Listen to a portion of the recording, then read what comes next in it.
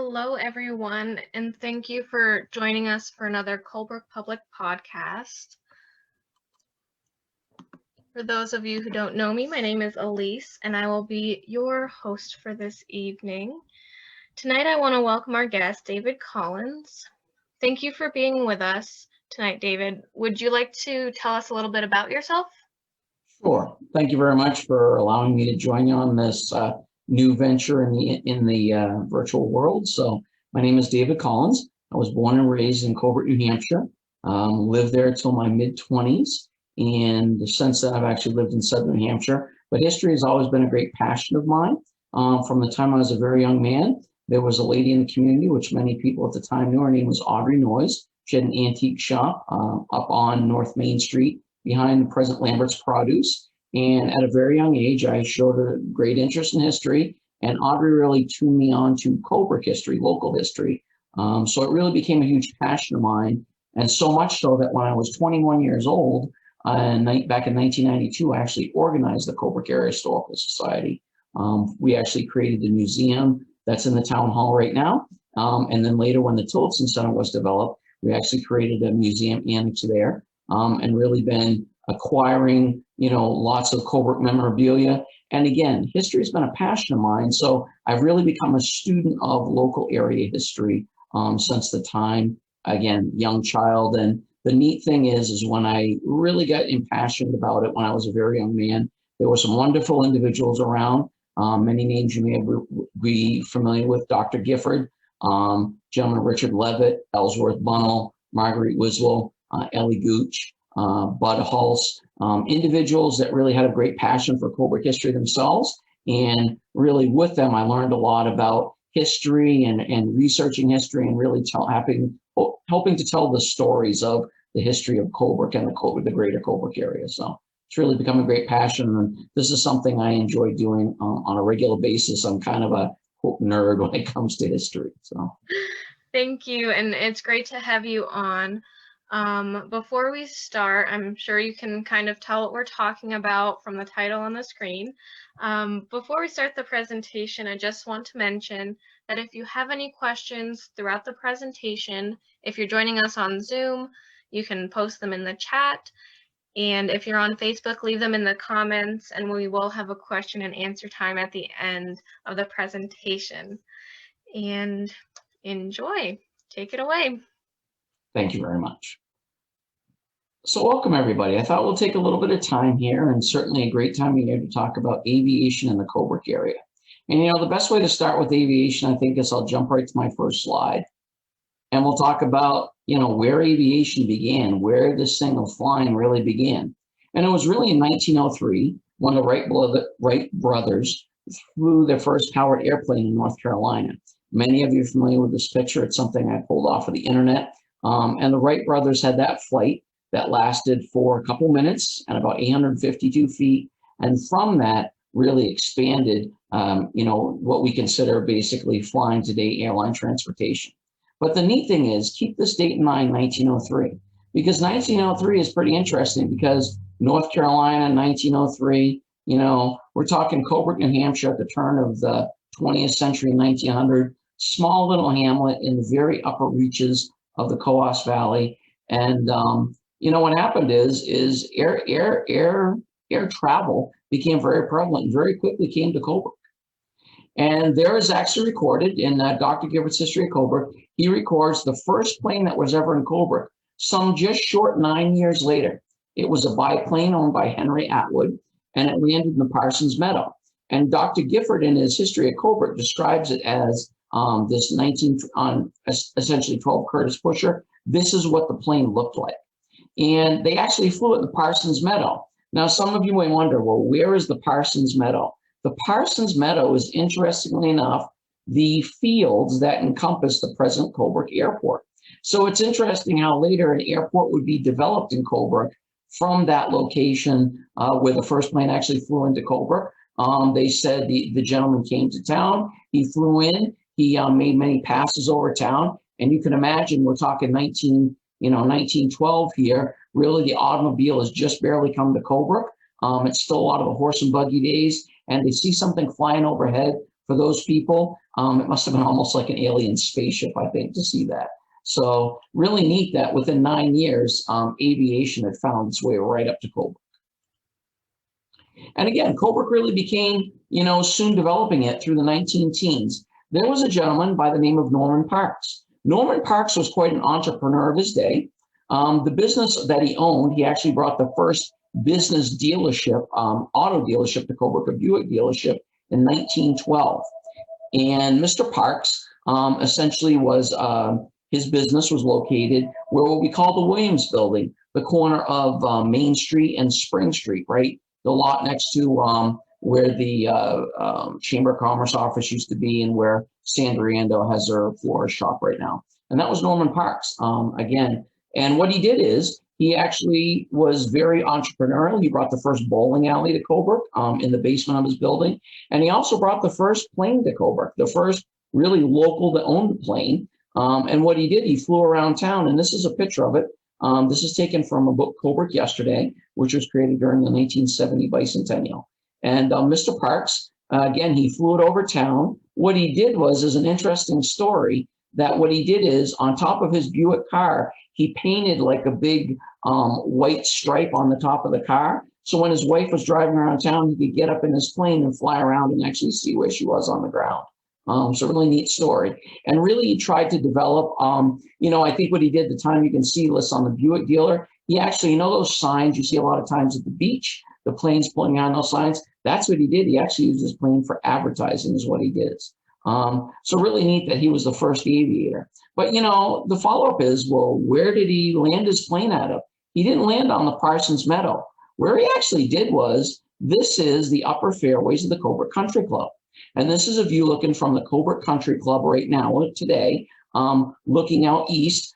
This is the Russell Woodard home here. Mohawk Cottages is over here. And what they actually did was, at this point, for those of you, again, just to talk a little bit about history and what Colebrook was, the Colebrook Country Club was originally, prior to the 1930s, was the Lombard Farm. And the Lombard Farm, the big barns were down actually right off of Lombard Street, behind the present Sue Gray's home. There were large barns, and the farm encompassed the lower fairways, the upper fairways, and went out behind, which was later land owned by Harold Davis. And on the upper fairways, again, big flat area. And, in those days, they didn't need a formal big airstrip to land. They could land them in the field. And, that's the interesting thing about small plane aviation, which I'll touch on here throughout the presentation, is that these planes really didn't need a hard paved strip to land on. They just needed, a firm grassy area. And again, these being essentially large fields that were hayed on a regular basis, they were nice and flat and level and smooth, so they made the perfect landing strip. And the interesting thing is, it's referenced in some of the, there's not hard historical documentation, there's a lot of anecdotal stories.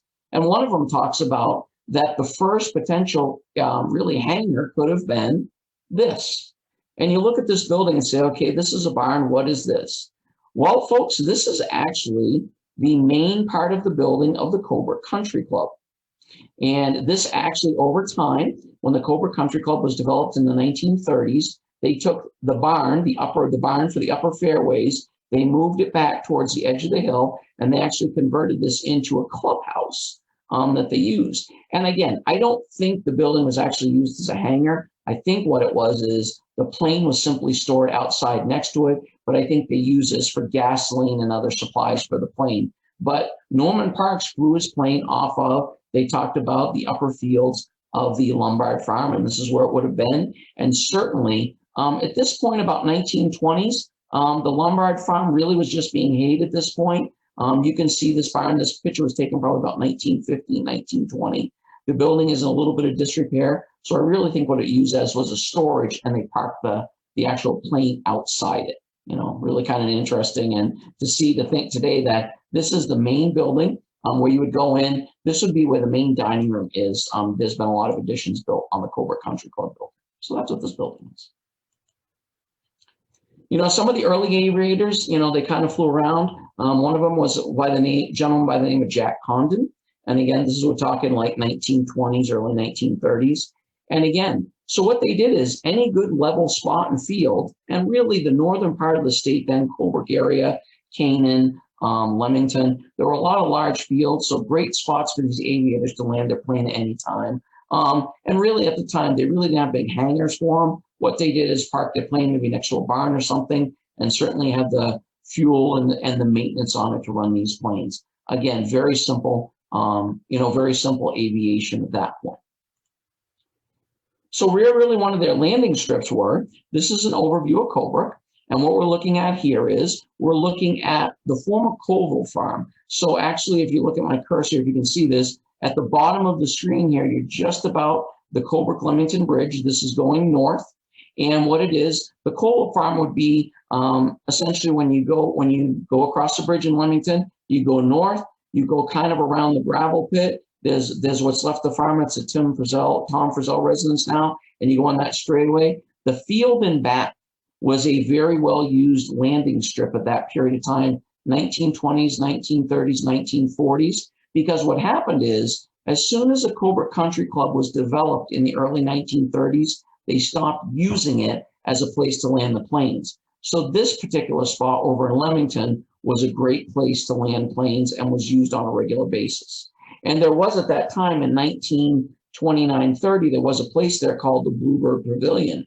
But the Bluebird Pavilion burnt the evening in 1931 at a fireman's dance. And what happened was the Bluebird Pavilion was a large pavilion building, but they had a huge parking area. So again, there was a nice long area to essentially land a small plane at that time. And you didn't need a large landing strip to do it. So it certainly was a place where they would land planes at the time. Another noted place they'd land planes is actually near the golf course. Now, this photo we're looking at is a picture of Colebrook. It's actually looking towards what is now Corliss Lane with the Upper Connecticut Valley Hospital. If you see that big blue arrow, that is now presently Corliss Lane. To the left of that arrow, if you go further along, that's the hospital. But that whole area of land was not developed until the early 1960s. And a lot of until the airport was developed in Colebrook, actually, that's where they landed. They had these strips locally they land, and really they just land them down in a field. So these early pilots from, the 20s, the 30s, the 40s, 20s and prior, they landed at the Colebrook Country Club. Then when it came to the 30s and for the next 20 to 30 years, they actually landed here in Ray Hicks Field. They landed over on the Leamington side, is where they were landing their planes. Again, just really what the early aviators did. And there weren't a lot of them. Planes were very expensive. You certainly had the money to do it. And thinking even in the 1930s, you're talking the Great Depression era, where certainly money was at a premium. And, certainly something like a plane, all these pilots primarily did this to really just for their own kind of entertainment, their own kind of hobby, really to fly planes. There was, at one point during the Balsams Hotel in the 20s, there was a push that they were trying to get actually airmail, that they would actually fly back and forth to the Balsams Hotel. It only lasted for a couple summers. They used the lower fairways out the Balsams to actually land the planes, but it really became more of a novelty than a regular thing to do. So really the aviation was really just a hobby of aviators at that time. The first really what I call modern aviators, meaning now we're getting into the 40s and the 50s, really after World War II, were a couple gentlemen. One was Nelson Bunnell Sr., and the other was Frank Rosai. Nelson Bunnell Sr. Was a gentleman, lived up in South Canaan. He was a very active pilot, and he actually taught a lot of the gentlemen in the area how to fly these small planes. Now, the plane you see, if you're a little bit familiar with aviation, these are what are referenced kind of as a tail dragger. They're little one-person planes, very easy to fly. These were the type of planes that were used for reconnaissance during World War II. So Nelson Bunnell was a very adept little pilot, and he trained a lot of the local men who were looking kind of a hobby to fly. The other gentleman here, Frank Rosai. Frank Rosai, if many of you know locally, a gentleman by the name of Terry Rosai, that would have been his dad, and he actually was quite a flyer in his day. Frank Rosai owned a fruit store, kind of a convenience store on Main Street, where the right next to the Wilderness Restaurant, where the retail shop is. The retail shop is there. That was where his business was located. So these gentlemen, Mr. Bunnell actually owned land up in South Canaan. So what he did is he actually had a little airport. I'll jump back here. You see pictures of, he had a hangar. He actually had a hangar up there, and he had a small airport there that was really located there to about the 1970s. Now, where this is in South Canaan is, if any of you are familiar, if you go up on the Vermont side, going from Leamington up to Canaan, Vermont, when you go along, once you go past Todd Hill, you go up, and there used to be Bunnell Sales and Service. Dean Bunnell had a snowmobile dealership and motorcycle and ATV dealership there in the 1970s, 1980s, 1990s. And what he did in the area behind is where actually Bunnell's Field was. So Nelson Bunnell had a hangar, had an airstrip, a grass airstrip out there. And that's where the local pilots really flew out of in the 40s and 50s, because what it became to at that point is in Leamington, up in Ray Hicks Field, the planes really weren't as well really wanted there to fly. The pilots may quickly land there for a reason, but they actually stored their planes, and most of the local flyers actually flew out of what we call Bunnell's Field up in South Canaan. And by the time Dean Bunnell put his dealership up there, his snowmobile ATV dealership up there in the 1970s, his dad and flying had really kind of stopped because the Colebrook Airport had been developed. So going to the Colebrook Airport. So this was developed, in 1963.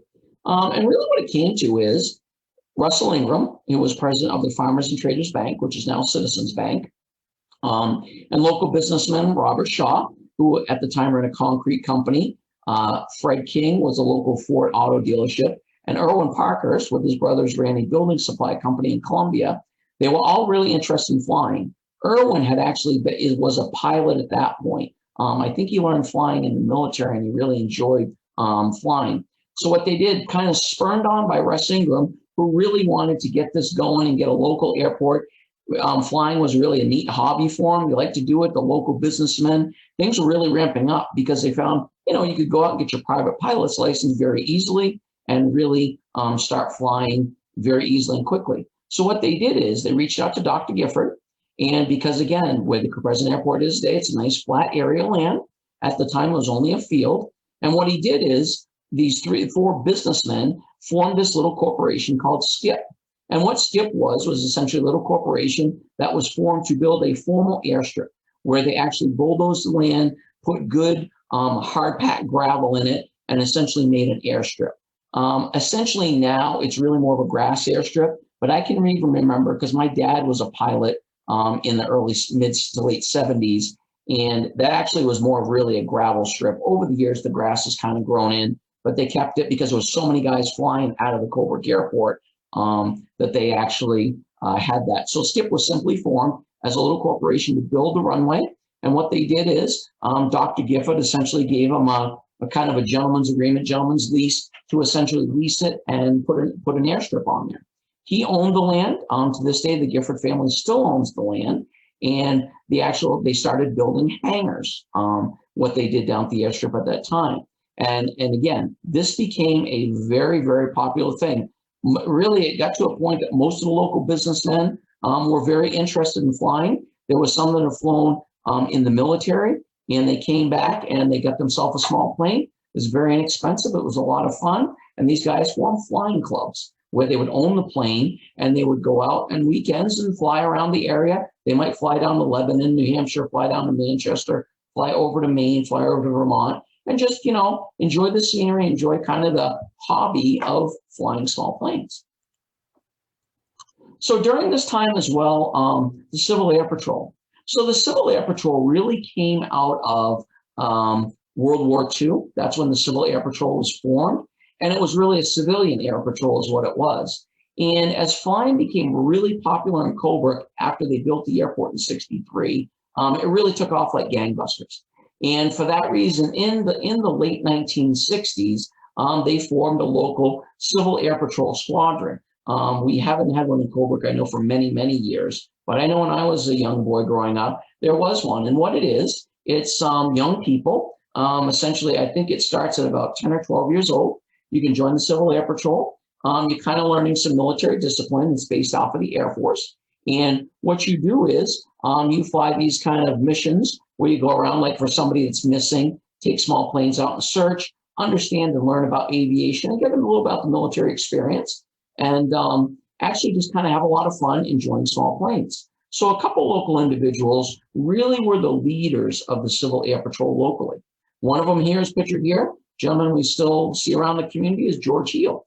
George actually worked for the telephone company, but really had a great interest in flying. So he took that up and became a leader of the local Civil Air Patrol. And they had quite a squadron of young men, and it was open to boys and girls that were very active. And what they would do is go up on a regular basis flying these little missions. You know, a lot of it was like a cartographic mapping, understanding your compass, understanding the compass points when you're flying in the plane, altitudes. So really learning a lot about flying from these individuals who are pilots. Another individual locally who was very active with the Civil Air Patrol was Palmer Lewis. Palmer Lewis, you may be familiar with, ran a local oil company here for many, many years. And when Palmer got out of the military full time and came to run his company, he had an opportunity to get engaged with the Civil Air Patrol and continue to work in the U.S. Air Force Reserve as an adjutant for the Civil Air Patrol. And himself and George Heel did a lot to lead the local squadron and really promote flying interest. You know, the businessmen locally was booming, a lot of interest in the Civil Air Patrol. And those two really helped grow the interest of it, of the young people, you know, teenagers and such at the time. I know when I get to that point, and we'll talk about it in a moment or so, the couple of things that happened that really kind of waned it for a lot of people, including my dad. But again, it was something that was certainly very prevalent in 1960s, 1970s. I will tell you, I can remember, again, I was a small boy at the time, but I can remember going down to the Colebrook Airport, and there was activity. There were many, many planes. There were close to 10 to a dozen planes there flying out of the airport all day long. And on the weekends, it was a very, very busy place. Really neat and really a lot of fun, showing kind of the thrill of flying. We had some individuals. One was Pam Hicks, Parker Hicks, who was a gentleman in the community. His daughter Pam got very active in the Civil Air Patrol. She actually became and joined the United States military and was a pilot. She's retired now, but she actually was a pilot from her interest in the Civil Air Patrol.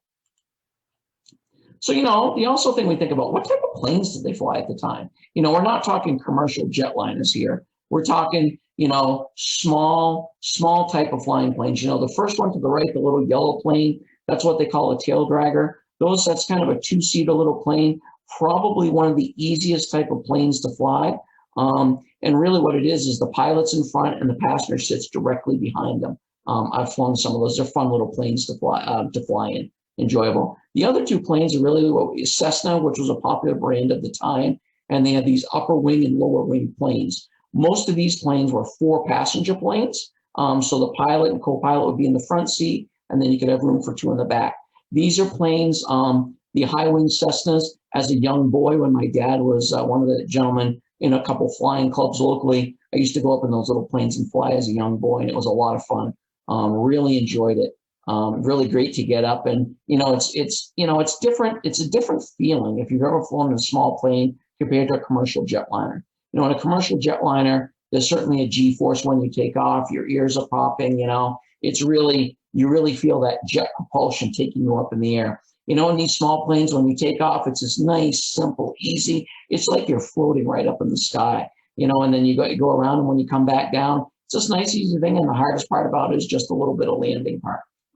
But these in the 1960s, 1970s, these were the very popular planes that were being flown out of the Colebrook Airport. And, you know, in this time frame in the area, you know, a little bit earlier, Errol actually put an airport in, and they went to the point in Errol of putting in a paved concrete strip and actually concrete hangars for it, still there to this day. And what would happen is in the springtime, you know, what you don't realize is if you've ever flown, you know, the air currents in the wintertime are much calmer because you don't have the cold and hot, high pressure, low pressure systems. So it's a lot easier to fly in that time frame. So the pilots that flew did a lot of flying in the wintertime as well as the summertime. But the worst time of year they always had the challenge was in the spring, mud season, because the strip, Gifford Field, which we now call Gifford Field, the Colebrook Airport, was actually always a grass strip. So in the spring, it would get very muddy. So the pilots would often fly their plane out to Arrow, and there was also a private paved strip down on the Vermont side before Bloomfield, and they parked their planes there. So what they do is they drive with their car there, and what they would do is fly these planes out of these during mud season, because mud season in North Country can last 8, 10 weeks or more. And certainly the pilots wanted to fly, and it was a great time of year to fly. The leaves were off the trees. You could see a lot, really enjoyable. And there was a lot of little airports all around. When you go down now, for example, you go down North Conway, the Settlers Green Outlet, that was actually the North Conway Airport. The airstrip was right off of the main street. There was an airport with hangars right there. There were a lot of little airports around the state. And what happened over time is that as flying kind of went and waned a little bit, a lot of these airports were on private property. So what they did is, unless they were really developed or there was an interest of pilots, they end up closing them. So a lot of these fields, I mean, if you look back in history, around the state, there are as many as 50 to 80 airports to fly out of, where now there's about 20 to 24 small airports like Colebrook to fly out of. So here we go to kind of a sad point in the history of flying in Colebrook is, so as I mentioned, 1960s, 1970s, I'm going to tell you, there was a ton of gentlemen and people flying out of the Colebrook Airport. And it was a very, very popular thing. And really what all the pilots, most of these pilots were amateur pilots, meaning they never flew commercially. They never flew in the military. And because it was very simple, you were told that, hey, you know what? It takes very little to fly a plane. If you ever run out of gas in the air, have an issue, you can land these planes on a postage stamp of a flat field. So don't worry about it. No concerns about it. And my dad was one of them who really had been in the Air Force, but not ever as a pilot. And he flew the small planes and enjoyed it. And he said, you were sold on that. It really was was really the understanding. No issues. So it was great. Well, one of the gentlemen here, Walter Lewis, from Lewis Ford, now C4 Automotive.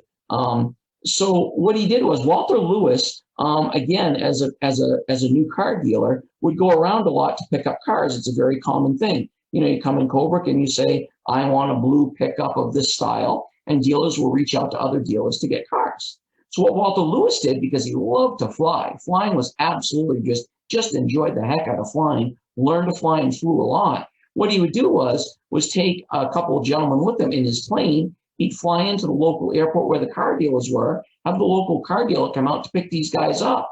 And then they would take the cars back to Colebrook, and he'd fly right back to Colebrook.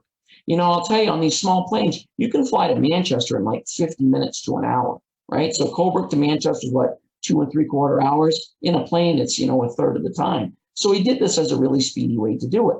So he did this very, very, very often. Well, what happened was in 1977, Walter Lewis and a close friend of his, Merle Wright, who was a local printer, and a businessman, Herb LaChance, and another individual. And the three of them, they were going up to Presque Isle, Maine to pick up a couple cars. So Walter was going to fly them up. He'd drop them off up there, and these two guys would drive the cars back from Presque Isle, Maine. Well, what happened was, tragically, they flew out of Colebrook, no problem. It was a clear, sunny day.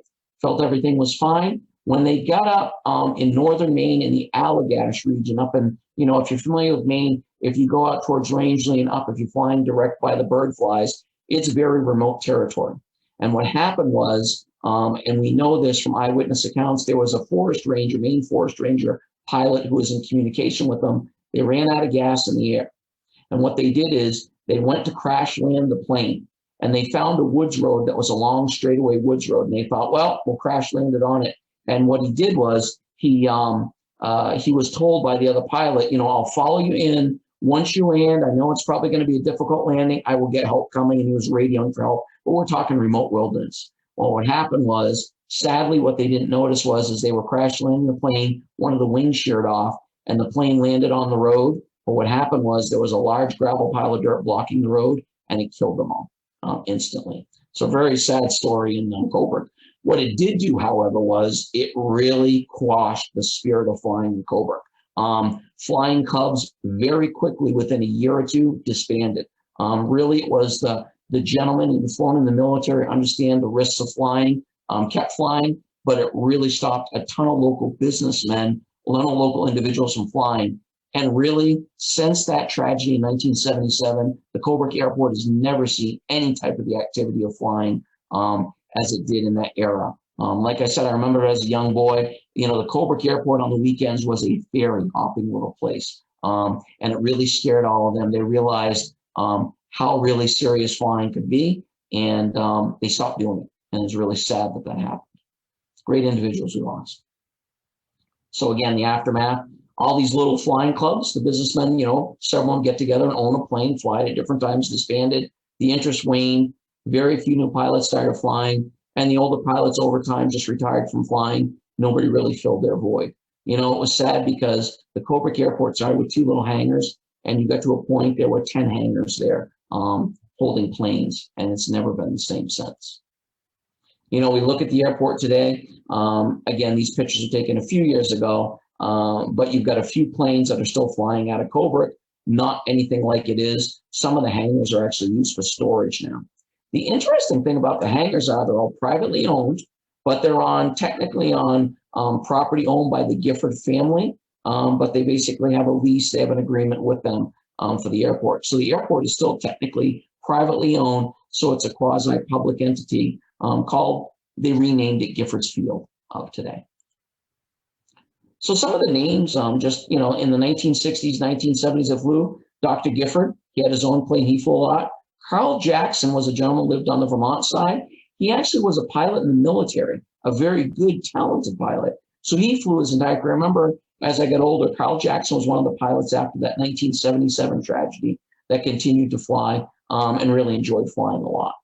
Charlie Cartier, local businessman, owned an oil company. He was in flying clubs. Obviously, Walter Lewis. George Heald. George Heald was a very experienced private pilot. George continued to fly up till he decided to simply retire due to age and medical requirements. And I think, the plane age. Merle Wright, again, he tragically died, but was another one. Charlie Corliss, local businessman, great flyer, very talented, loved to fly. Victor Roy, his son Rob today still flies his plane out of the Colebrook Airport. Very talented flyer. Erwin Parker, owned a local building materials company. And again, Erwin continued to fly right up till he got to the point where age kind of slowed him down, and still continued to fly. Very talented. Parker Hicks, Sam Sambito. And again, I mentioned a couple of the current really names are, Doug Brooks is flying. I don't know if Doug is still flying. I know he used to fly the little ultralight planes. But really, Rob Roy and Brian LaPearl are the two people always come to mind. Brian got into flying a few years ago and fly a ton out of the Colebrook Airport in their own small plane. And certainly various, Civil Air Patrol students. But it was a local businessman's thing. I didn't really name all of them, just some of the ones that were really more the really active pilots. But what they would do is, at the time, if you're interested in go for a plane ride, you'd reach out to one of these guys and they'd grab you and pick you right up and bring you in a plane on a weekend, on a weekday, whenever it is, a nice day, come down and fly at the Colebrook Airport and see what the view of the North Country, New Hampshire, Vermont, Maine, is like from a small plane. So really a lot of fun, and really something I enjoyed as a young child that I really haven't had a chance to enjoy for many years. Last time I was probably up on a plane was in the 1990s. I had a good friend of mine who had a plane down in Lancaster at the time, who flew up and took me on a couple of rides, and a lot of enjoyment out of it, a lot of enjoyment. But, the world of aviation today. So, it's interesting here. We're 117 years later, and really only that far back, the Wright brothers flew their original plane for only 852 feet. And from that, flying and aviation was developed. Today we can fly a commercial jet around the world, really in less than 2 days continuous. But really in New Hampshire, there's not many airports left. There's 21 small airports, 4 commercial. The commercial ones are all in southern New Hampshire: Concord, Nashua, Lebanon, Manchester, and then Gifford Field and Colebrook. But I think the thing is that really the big reminder is aviation is really one of the safest things to do. Probably why? Because there's just not many people up in the air. You go on the highway. If you go from Colebrook just down to Stratford, you might meet 20, 30 cars. You can get up on a plane and fly 100 miles and maybe never meet anybody. So it's truly one of the safest forms of transportation. The challenges of flying in small planes is simply this, and I think that was the lesson that really put the fear in a lot of the gentlemen that were flying back in the 1970s. But really what it comes down to is it's pilot error. flying is something that takes a certain level of skill, and you need to keep at it. The other thing today is, I know when I originally did this presentation a few years ago, Rob Roy was there, and Rob was talking with me, and like he said, the other part that people forget about is flying is not an inexpensive hobby. It costs money to maintain that plane. Every so many hours, they're all regulated by the FAA. The FAA regulates all forms of, flying, whether it's a small private plane like this or a large commercial jet. And every so many hours, parts of that plane, the engines and everything need to be stripped down. So it's funny, some of these planes like this little tail dragger that dates from like late 1940s, early 50s, and you're like, you're flying a plane that was built like 60, 70 years ago. Yes, because that plane has a motor in it, and it has been shown of structural integrity that's checked every so many hours of flying. So it's really one of the safest forms of transportation. I can say personally, it's a lot of fun. I certainly, if I had more time, I'd love to be able to learn how to fly a small plane, because just an enjoyable little hobby and sport, and something I know. I have a good friend of mine who's actually in a flying club and really does a lot with it. So lots of fun. Aviation's come a long ways. It's kind of funny that the first aviators in town, and really the later aviators, right? It was, their planes are small planes, 1, 2 to 3, 4 passenger planes, small planes. They go up, have a lot of fun flying. But it's really been a sport that is enjoyed in Colebrook for nearly 100 years now. And I'm sure it will continue to be enjoyed. And hopefully some new pilots will come along at some point, pick up the sport, pick up the interest, I should say, the hobby of flying, and maybe take it up to the next generation, so we never see it come to a point in Colebrook where they actually have to close Gifford Field simply because of lack of use. And that's what probably would eventually close it if it ever happened. And let's hope that doesn't happen. So now I'll put it out to any questions, any thoughts of anybody, and I'll jump back to our host, see if she got anything she'd like to offer. I have one question. How did the first people learn to fly in the area? You mentioned, I think Mr. Bunnell taught a lot, but before that, how did those people learn to fly? So the interesting thing of flying back then, there was no real licensure when we're talking back to like Norman Parks. And if you're actually familiar with like early aviators, they would get access to a plane and just hopefully they would find somebody to train them in the basics of taking off and touching down, and that was it. There's no required. Now, if you were to get a pilot license, a private pilot's license, you actually have to go out and spend so many hours in a plane with an instructor, and then you have to fly a solo and then fly so many more hours before you have a license to even fly on your own. And if you fly passengers, you have to have a continued higher level of it. But the earliest ones really up through, I would say up till the 1960s. My dad was a pilot in the 70s, and I know when he joined, he had to get a license. So that was required of him to do that. So, the early aviators, some of them were military, like when Nelson Bunnell came, they had some experience there. So that's how they learned to fly. But the earliest ones had simply just an instructor, maybe somebody showed them how to take off and touch down, and what they did, they just started practicing. As crazy as that sounds, that's how early aviators learned. All right, and I see one more question. Do you know when the bigger airports opened up in the state? Yeah, so the bigger airports would have been opening like, I look with aviation, meaning like the commercial airports, they were really opening up. When you look, for example, like Manchester Airport, the largest commercial airport in New Hampshire, really came out of the military Grenier Field in the 40s. So it would really be by the 50s, these airports started opening up. And I can tell you to this day in New Hampshire, all of the 4 major commercial airports all have small planes like this flying out of them. One of the most active ones is actually Concord and Nashua. They are almost exclusively small planes like this flying out of it.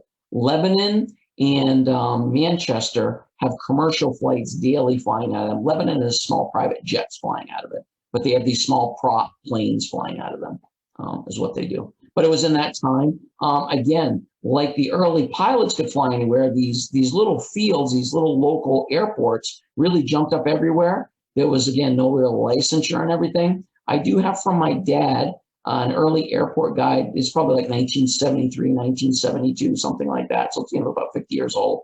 And it shows all these airports and they're all abandoned. If you look, and I apologize for not having the site, if you go and do a quick internet search you can look at like put up like abandoned airports in New Hampshire or airports in New Hampshire. You will find a guide. And what they do is they actually trace and track and tell you the history of all the airport strips in New Hampshire. It's really kind of neat. I've looked on it before. I apologize, I don't have it here on my presentation. All right, those are all the questions I see right now. I just want to say thank you so much for coming on. You shared a lot of good information. I learned a lot, and I'm assuming a lot of people watching learned a lot. And so I just want to say thank you for coming on.